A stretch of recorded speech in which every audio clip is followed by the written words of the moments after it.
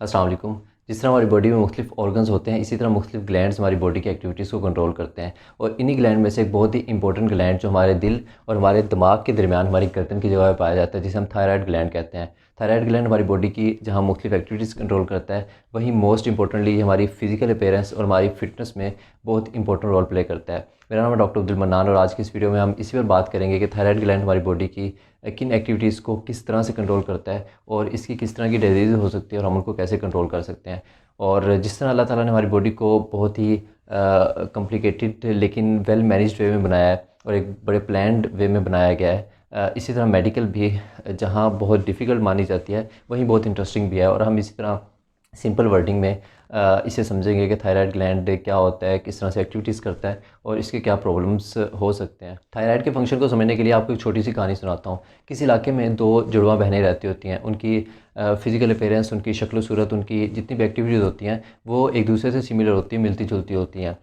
वक्त गुजरता जाता है, वो दोनों बड़ी होती जाती हैं। बड़ी होने के साथ साथ उनकी जो फेस स्ट्रक्चर होता है, उनकी एक्टिविटीज़ होती हैं, उनकी फ़िज़िक होती है, वो सेम ही रहती है। लेकिन एक टाइम आता है जब उनकी एक्टिविटीज़ में, उनके जो साउंड पिच होती है उसमें, उनकी फ़िज़ीक में वो फ़र्क आना शुरू हो जाता है। वो एक दूसरे से मुख्तलिफ दिखने लगती हैं। इनमें से एक बहन ज़रा ज़्यादा मोटी हो जाती है, एक पतली रह जाती है। एक की हाइट ज़रा बड़ी हो जाती है, एक की हाइट छोटी रह जाती है। एक की ग्रोथ ज़रा ज़्यादा चल रही होती है, एक की ग्रोथ कम होती है। उनकी डेवलपमेंट में भी फ़र्क आना शुरू हो जाता है। उनकी साउंड की जो पिच होती है वो चेंज होना शुरू हो जाती है। साथ साथ उनका जो बिहेवियर होता है उसमें चेंजेस आना शुरू हो जाती हैं। उनकी फ़िज़िकल अपीयरेंस जो है वो एक दूसरे से मुख्तलिफ होना शुरू हो जाती है। और सब कुछ की वजह ये होती है कि उनके थायराइड ग्लैंड में फ़र्क आना शुरू हो जाता है। और अब आप ये सोचकर हैरान हो रहे होंगे कि सिर्फ एक ग्लैंड की एक्टिविटीज़ में फ़र्क आने की वजह से उनकी फ़िज़िकल अपीयरेंस भी चेंज हो जाती है, उनकी शक्ल सूरत में भी डिफरेंस आना शुरू हो जाता है, उनका बिहेवियर टोटली चेंज हो जाता है। तो ये क्यों होता है? अब जबकि थायराइड ग्लैंड इतना इंपॉर्टेंट है कि हमारे बिहेवियर से लेकर हमारे बॉडी स्ट्रक्चर को ही चेंज कर देता है, तो अब हम समझते हैं इसको शुरू से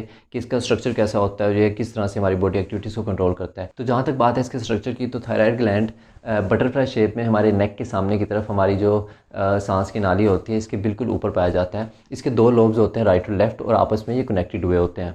जब थायराइड ग्लैंड अपने नॉर्मल साइज़ में होता है तो इसको पालपेट करना और फील करना ज़रा डिफ़िकल्ट होता है। थायराइड ग्लैंड में बहुत सी ब्लड वेसल्स पाई जाती हैं और हमारी जो वॉइस क्वालिटी को, हमारी जो आवाज़ की पिच और बाकी चीज़ें होती हैं उनको कंट्रोल करने के लिए जो नर्व गुजरती है वो भी थायराइड ग्लैंड से होकर गुजरती है। इसी वजह से जब थायराइड ग्लैंड में चेंजेस आते हैं तो हमारी आवाज़ भी चेंज होना शुरू हो जाती है। थायराइड ग्लैंड हमारी बॉडी में मुख्तलिफ हार्मोन्स क्रिएट करता है और इनमें सबसे इंपॉर्टेंट जो है वो थायरोक्सिन होता है, जिसको हम T4 भी कहते हैं। ये T4 यानी थायरोक्सिन जो है ये हमारी बॉडी की मुख्तलिफ एक्टिविटीज़ को कंट्रोल करता है। आप बिल्कुल यूँ समझ लें कि अगर हमारा दिल हमारा प्राइम मिनिस्टर है और हमारा ब्रेन जो है वो प्रेसिडेंट है, तो हमारा थायराइड ग्लैंड जो है वो चीफ ऑफ आर्मी स्टाफ के तौर पर काम कर रहा होता है। यानी ये मुख्तलिफ डिपार्टमेंट्स पर इन्फ्लुएंस क्रिएट करता है। लाइक हमारा मेटाबॉलिज्म, हमारी ग्रोथ, हमारी डेवलपमेंट, हमारा बॉडी टेम्परेचर जो है, इवन जो हमारी ब्रेन की डेवलपमेंट को भी बहुत इफेक्ट करता है।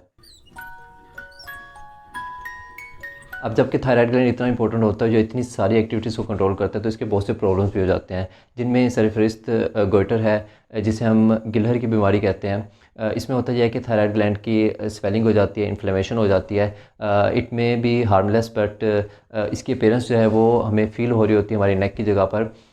और चलते चलते आपको एक और इंटरेस्टिंग बात बताते चलूँ कि हमारे जो नेशनल हीरो हैं सर सैयद अहमद ख़ान, उनके बारे में कहा जाता है कि उनको भी गुलहर था, जिसकी वजह से उनकी गर्दन स्वेल हुई थी और उनकी दाढ़ी हमें काफ़ी लंबी और घनी शो होती है। और ये रिप्रेजेंट करता है कि हमारी बॉडी में आयोडीन की कमी है। इसके साथ साथ थायराइडाइटिस एक डिजीज़ होती है, जैसे कि नाम से शो हो रहा है कि इसमें थायराइड की इन्फ्लेमेशन हो जाती है। इसमें होता यह है कि ये थायराइड ग्लैंड जो है वो किसी भी वायरल इन्फेक्शन की वजह से हमें पेनफुल फील होता है। और इसके अलावा इसके जो बाकी सिम्टम्स हैं वो हमारी बॉडी पे ऐसा शो नहीं होते, सिर्फ पेन हमें फ़ील हो रहा होता है। और इसके बाद दो बहुत ही कॉमन थायराइड ग्लैंड की कंडीशंस, एक जिसे हम हाइपरथायराइडिज्म कहते हैं जिसमें थायराइड की एक्टिविटीज़ बढ़ जाती हैं, और एक हाइपोथायराइडिज्म जिसमें थायराइड की एक्टिविटीज़ कम हो जाती हैं।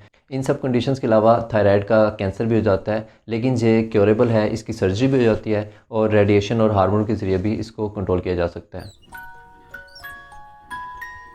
अब सवाल यह है कि जब हमारी बॉडी में थायराइड ग्लैंड का कोई प्रॉब्लम होता है तो हमें कैसे पता चलेगा। तो ऑब्वियसली जैसे मुख्तलिफ डिजीज़ में होता है कि हमें मुख्तलिफ तरह के सिम्टम्स शो होते हैं हमारी बॉडी में, इसी तरह से थायराइड ग्लैंड की जब एक्टिविटीज़ ख़राब होती हैं तो हमारी बॉडी में भी डिफरेंट सिम्टम्स शो होते हैं। लेकिन मसला ये है कि जब ये सिम्टम्स शो होते हैं तो हम उनको शायद इग्नोर कर रहे होते हैं, क्योंकि ये with the passage of time over the period जो है वो हमें शो होना शुरू हो रहे होते हैं और हम इनको इग्नोर करते जाते हैं। लाइक ओबेसिटी है, हमारा हम वेट गेन करना शुरू कर देते हैं, या किसी केस में वेट रिड्यूस करना शुरू कर देते हैं, या फिर हमारे बाल गिरना शुरू हो जाते हैं, हमारी आवाज़ चेंज होना शुरू हो जाती है, या हमारा जो बॉडी का मेटाबॉलिज्म है वो इंक्रीज़ कर जाता है या स्लो डाउन हो जाता है, या फिर हमारा जो हार्ट रेट है वो पल्सेस जो हैं वो ज़्यादा तेज़ हो जाती हैं या कम हो जाती हैं। तो ऐसी कंडीशंस में हम उनको बाज़-औक़ात इग्नोर करना शुरू कर देते हैं। तो जब कभी आपको ये सिम्पटम शो होना शुरू हो तो आप उनको कभी भी इग्नोर ना करें, बल्कि फ़ौरन अपने फ़िज़िशियन के पास जाएँ, उनसे कंसल्ट करें ताकि इसका प्रॉपर डायग्नोसिस हो और जल्दी ट्रीटमेंट शुरू हो, ताकि इसको हम जल्दी कंट्रोल कर सकें।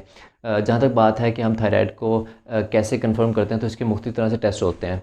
सबसे पहले हम थायराइड का अल्ट्रासाउंड करवा सकते हैं इसके साइज़ को चेक करने के लिए। उसके बाद हम ब्लड टेस्ट भी करते हैं थायराइड की एक्टिविटीज़ को मॉनिटर करने के लिए, और इसके साथ साथ थायराइड की बायोप्सी भी होती है इन केस ऑफ कैंसर। और जहाँ तक बात है हमारे पास ट्रीटमेंट ऑप्शंस की, तो हम सबसे पहले अपनी डाइट को कंट्रोल करते हैं अपने थायराइड ग्लैंड की एक्टिविटीज़ को कंट्रोल करने के लिए। उसके बाद हमारे पास ऑप्शन होता है मेडिकेशन का भी, ताकि हम अपने थायराइड की एक्टिविटीज़ को स्लो डाउन कर सकें।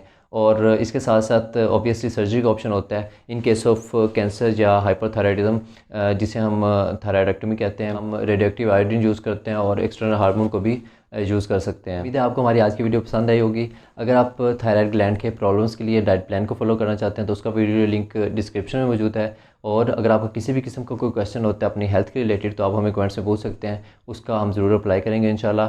और अगर अभी तक आपने हमारा चैनल सब्सक्राइब नहीं किया तो भी ज़रूर कर लीजिए, ताकि आपको हर आने वाली वीडियो की अपडेट्स जो हैं वो टाइम से मिल सकें।